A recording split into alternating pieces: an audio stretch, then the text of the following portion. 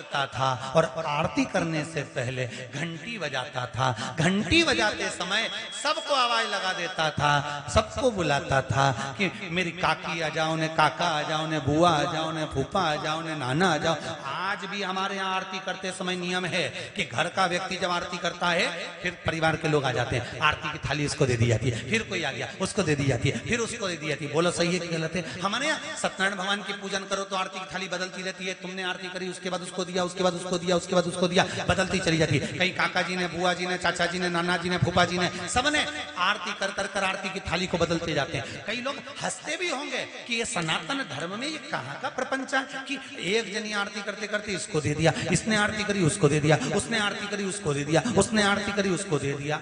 आखिर क्यों, किस लिए, क्यों गरुड़ घंटी का नाद किया जाता है, क्यों आरती में सबको बुलाया जाता है? तो इस सिंह केतु के मित्र चंड भील ने रोज का नियम था कि भगवान की आरती करते समय सबको बुलाता था। तो इसने सबको बुलाना चालू करा। सबको बुलाते बुलाते इसका नियम था, आखिरी में पत्नी को आवाज लगाता था कि सुनो आरती प्रारंभ हो रही है, आ जाओ, जल्दी आओ। और आज ये भूल गया कि मेरी पत्नी तो जलकर भस्म हो गई थी, बस आरती की थाली हाथ में थी और चंड ने पुकारना प्रारंभ करा, सुनती हो देव अधिदेव महादेव की आरती प्रारंभ हो रही है, जल्दी आओ, जल्दी आओ। और आरती शुरू हुई। भगवान शंकर के शिवलिंग के ऊपर दीप की बाती जाती है और पत्नी दौड़कर जले हुए मकान में से बाहर निकल कर आ जाती है। धधकते हुए उस अग्नि में से पत्नी निकलकर बाहर खड़ी हो जाती है। पति की आरती के समय पर जब थाली पत्नी ने हाथ में ली, पति देवाधिदेव महादेव को देखता है और अपनी धर्म पत्नी को देखता है, ये कौन आ गया? आरती पूरी होती है। पति ने देवाधिदेव महादेव को प्रणाम कर कर अपनी धर्म पत्नी से पूछा, तुम कहां से आ गई? तुम्हारी चिता की भस्म तो शिव जी को चढ़ाई है। पत्नी कहती है, मैंने जब मकान में आग लगाया, आग लगाकर जैसे ही पहला चरण मैंने अंदर रखा, रखते से ही एक बूढ़ा सा बाबा और एक बुढ़िया सी माँ अपनी गोदी में अपने पल्लू से मुझे ढककर अंदर सुला ली और मेरी नींद लग गई थी। मुझे नहीं मालूम कि क्या हुआ। जैसे अभी वो बहन ने कहा कि डूम गिरा, पंडाल गिरा, बिजली चमकी, पानी गिरा, हवा तेज चली, 15 मिनट में कहां तहस नहस हुआ। मैं उस टेंट के अंदर थी पर यह पता नहीं पड़ पाया कि मुझे बचा कौन रहा था, कौन था, कहां से आ गया, कैसे आ गया। ये बेटी वेंटिलेटर पर पड़ी थी, कहां से शिव आ गया, कहां से बचा लिया।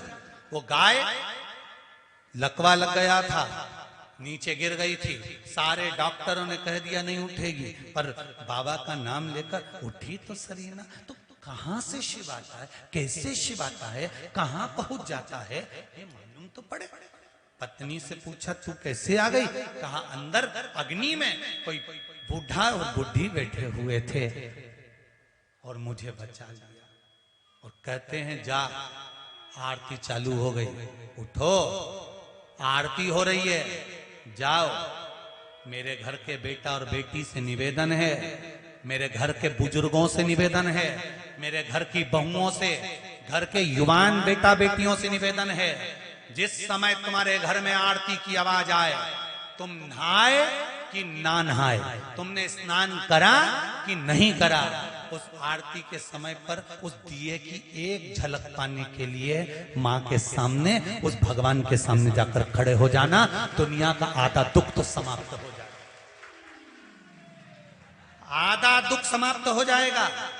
आज मंदिरों में मशीनों से आरती करी जा रही है, नगाड़े मशीनों से बज रहे हैं, घंटियां मशीनों से बज रही है।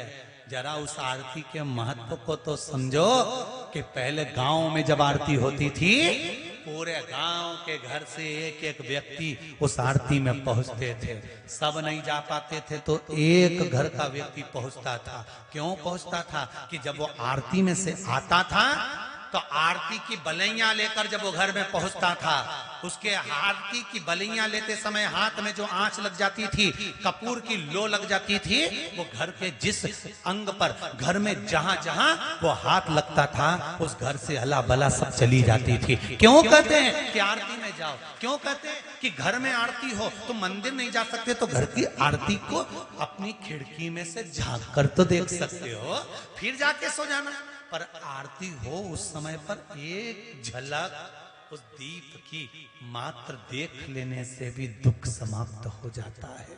ना जाने कितने कितने दुख अपने आप समाप्त हो जाते, अपने आप खत्म हो जाते,